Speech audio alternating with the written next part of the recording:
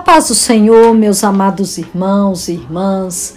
Aqui quem vos fala é pastora Geise, da Igreja Sede, liderada pela nossa amada pastora Loide Ramos, e em continuidade a este lindo projeto, idealizado pelo nosso pastor Gedeon Júnior e desenvolvido pela nossa igreja, Igreja Evangélica Pentecostal do Brasil para Cristo. Vamos continuar conversando hoje em Deuteronômio capítulo 4. Ontem nós conversamos dos versículos 1 até o 9. Nós vimos que Deus fala e nós devemos ouvi-lo. Nós vimos que Deus é santo e nós devemos temê-lo. E nós vimos que Deus é sábio e nós devemos aprender dele. Hoje nós vamos do versículo 10 até o versículo 43, finalzinho do livro 49. Nós vimos que somente Deus é Deus e devemos adorá-lo. É a quarta atenção que eu quero que os irmãos tenham neste texto.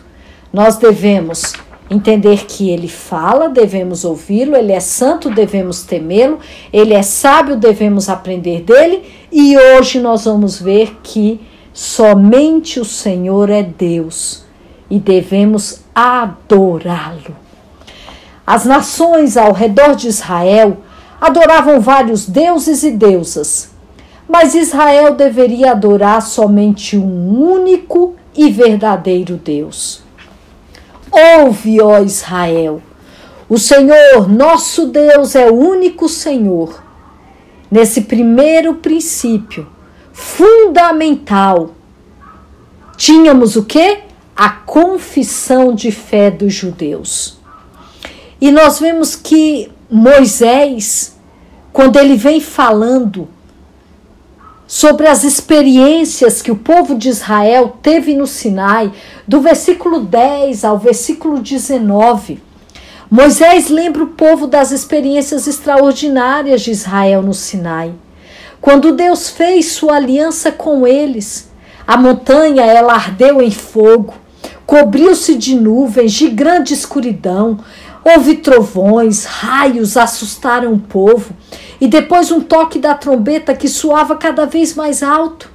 Deus chama Moisés ao topo da montanha, e o povo ouviu os sons das palavras, mas não viu aparência alguma de Deus.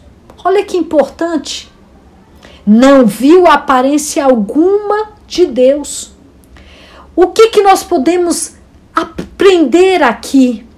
O Senhor ele estava deixando bem claro que Israel deveria ser o povo da palavra, ouvindo o seu Deus falar, mas sem completar qualquer forma que pudesse copiar e então adorar. O que Deus nos ensina aqui? Tem pessoas que dizem, mas eu nunca vi Deus. Você não tem que ver, não. Nós temos que obedecer, ouvir a sua palavra, compreender a sua palavra, obedecer a sua palavra, viver a sua palavra. Deus, ele não permite que sua imagem seja vista para que não seja feita e adorada.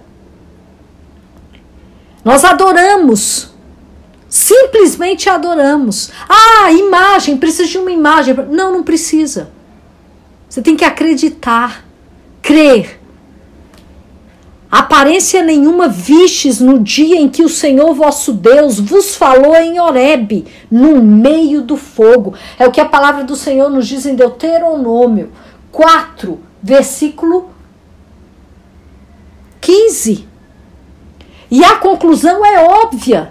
O Senhor, ele proíbe seu povo de adorar representações visíveis de Deus, ou qualquer coisa que tenha feito, sejam seres humanos, animais, aves, peixes, sol, lua ou estrelas.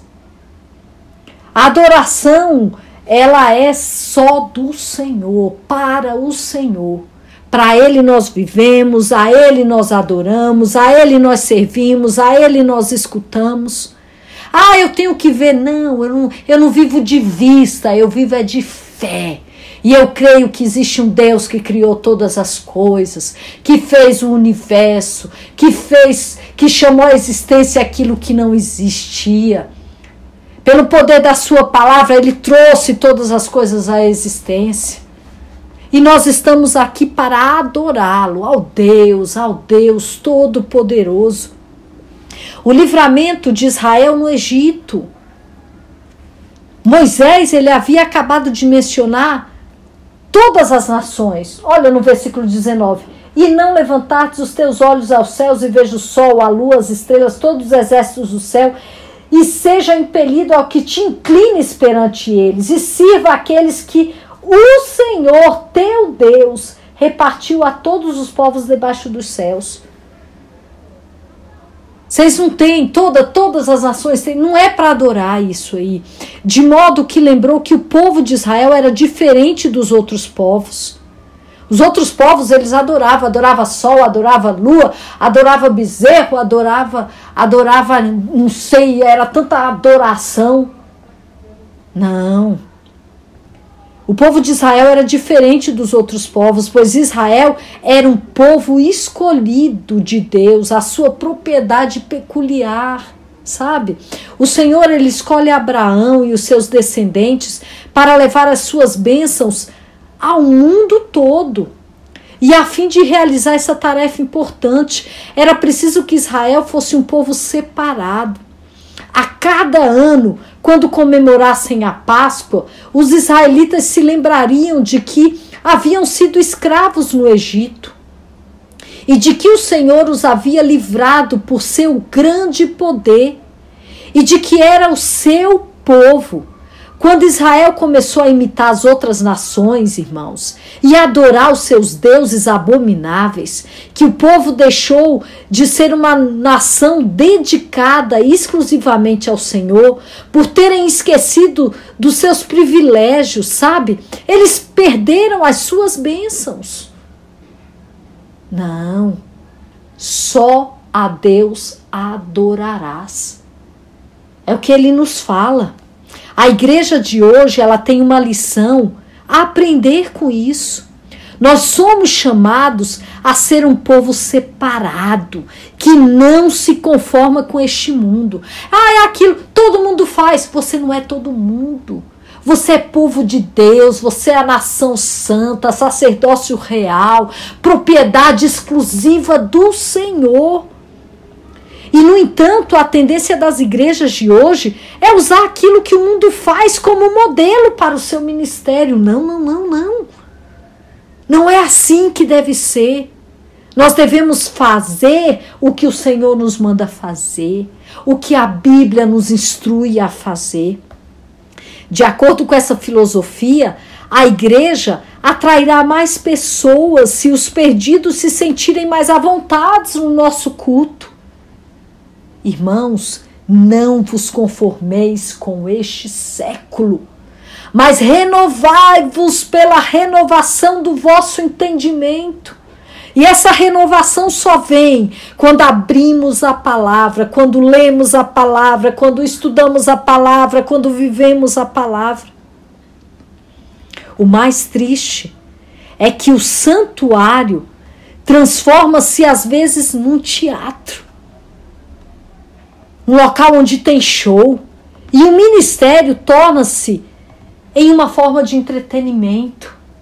Não, a palavra é a palavra, o Deus que nós servimos é o mesmo Deus lá do Monte Sinai, nele não há variação, nele não há mudança, ele é o mesmo, ontem, hoje e eternamente. É isso que nós devemos entender, e é assim que nós devemos seguir a palavra do Senhor. A experiência de Moisés em Cádiz, nós vemos nos versículos 21 a 24. Quando Moisés, ele fere a rocha, ao invés de falar-lhe, Deus, em sua bondade, supriu água em abundância para o seu povo sedento. Mas o que ele fez? ele disciplinou o seu servo, que havia glorificado a si mesmo em lugar de glorificar ao Senhor. Não há outro Deus além do Deus, do nosso Senhor, do nosso Deus, e somente Ele deve ser glorificado. Eu sou o Senhor, este é o meu nome. A minha glória, pois, não darei a outrem. É o que a palavra do Senhor nos diz em Isaías 42:8. Moisés, ele advertiu ao povo dizendo: porque o Senhor teu Deus é fogo que consome e é Deus zeloso. Nós vemos em Deuteronômio 4:24. Nós temos que entender que o zelo de Deus pelo seu povo é semelhante ao zelo de um marido pela esposa ou de uma mãe pelos filhos. Ele quer o que há de melhor para nós, mas nós seguimos deliberadamente o quê? Os nossos próprios caminhos. Com isso nós entristecemos o coração de Deus e perdemos o que Ele deseja fazer por nós. Aí você pode me dizer: mas eu tenho bênçãos, promessas, eu tenho... Sim, mas as promessas serão cumpridas se você continuar servindo ao Senhor e obedecendo ao Senhor. Porque só nós podemos retirar e perder as promessas que o Senhor tem nos dado. A palavra do Senhor diz que se nós colocarmos os nossos caminhos diante do Senhor e os nossos propósitos, eles serão bem-sucedidos. Quer ser vitorioso? Quer ter uma vida abundante? Quer ser abençoado? Coloque diante do Senhor os seus propósitos. Coloque-os em oração. Saiba ouvir, quando você ler a palavra, aquilo que Deus tem para você, para mim. Aí sim, nós vamos viver o melhor desta terra. Nós temos que entender que a aliança, existe uma aliança de amor de Deus. Quando nós vemos dos versículos 25 a 31 de Deuteronômio 4, Deus ele faz uma aliança com o seu povo e esperava que eles guardassem esta aliança. Quando você casa, você põe uma aliança no dedo. Aquela aliança, quando outros olham para você, sabem que você tem um compromisso com uma pessoa. E quando nós fazemos, Deus, ele fez conosco uma aliança eterna, uma aliança de sangue. E nós vamos entender que a palavra aliança, ela tem um significado muito forte. E nós vemos que no Oriente, quando as pessoas elas faziam uma refeição juntas, elas formavam uma aliança, ou tratado de ajuda e de proteção mútua. E quando Deus ele estabelece a sua aliança com Israel no Monte Sinai, Moisés e os anciãos israelitas comem diante de Deus na montanha. Os termos da aliança eram simples. Se Israel obedecesse à lei de Deus, ele o abençoaria. Se desobedecesse, Deus o disciplinaria. Mostraria o seu amor pelo povo, tanto na bênção quanto na disciplina. Que a palavra do Senhor nos diz lá em Hebreus 12:6. Porque o Senhor, ele corrige a quem ama. Então nós devemos entender que a aliança que Deus fez conosco não foi uma aliança qualquer. E nós devemos adorá-lo, obedecer, seguir os seus preceitos, andar em conformidade. Irmãos, não existe nada melhor do que estar na vontade, no centro da vontade do Senhor. Muitas pessoas vivem em crises existenciais, porque buscam as suas próprias vontades. Mas quando você está no centro da vontade do Senhor, você vê a diferença em todas as situações da vida que você passa. Outra questão que eu quero tratar é esse amor de Deus, que nós vemos muito bem dos versículos 32 a 43. Quando Israel ele afastou-se do verdadeiro Deus vivo e começou a adorar ídolos, ele estava pecando contra a graça e o amor de Deus. Mas nós vemos que mesmo assim, o Senhor ele não escolheu qualquer outra nação, nem fez aliança com outra nação, nem falou com qualquer outro povo dando a sua santa lei. Deus conduz seu povo e cuida dele, desde os dias de Abraão até o tempo de Moisés, coisa que não havia feito por outras nações. Israel não foi abençoado por mérito próprio, mas sim por causa do amor eterno de Deus. Nós não somos abençoados por mérito, nós somos abençoados pelo amor de Deus, pelo amor. A palavra do Senhor diz que o amor do Senhor, ele nos constrange. E Deus, ele não quer que seus filhos obedeçam a ele apenas para receber as bênçãos ou para evitar a disciplina, mas porque o amam de todo o coração. Quando Moisés deu a lei à geração mais velha no Sinai, a sua ênfase foi sobre o temor do Senhor, mas a sua aplicação da lei à nova geração, magnífica, e fala, sabe, o amor de Deus por Israel e a importância de Israel amar ao Senhor. Era preciso que fosse um povo maduro e obediente a Deus de coração. O Senhor, ele é um Deus misericordioso. É o que nos diz a sua palavra em Deuteronômio 4:31.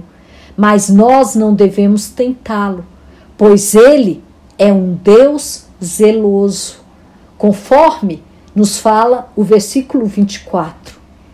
E como prova do amor e da misericórdia de Deus, Moisés ele separa 3 cidades de refúgio, ao lado leste do Jordão, para onde as pessoas que tivessem matado alguém acidentalmente poderiam fugir e receber a justiça e encontrar a proteção.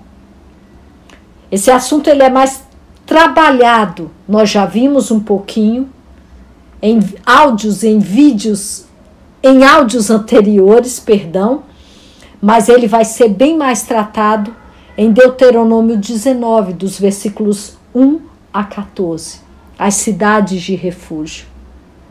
E quando nós estudamos as cidades de refúgio, nós vemos que todas elas levam para Cristo. Cristo é a nossa cidade de refúgio. E aqui eu quero terminar com o Salmo 46. Deus é o nosso refúgio e a nossa fortaleza, socorro bem presente na hora da angústia. Existe uma cidade de refúgio, o Deus ao qual nós devemos adorar, servir, obedecer. Ele é a nossa cidade de refúgio. Ele é o nosso socorro bem presente na hora da angústia. Nós devemos aprender a honrá-lo e a obedecê-lo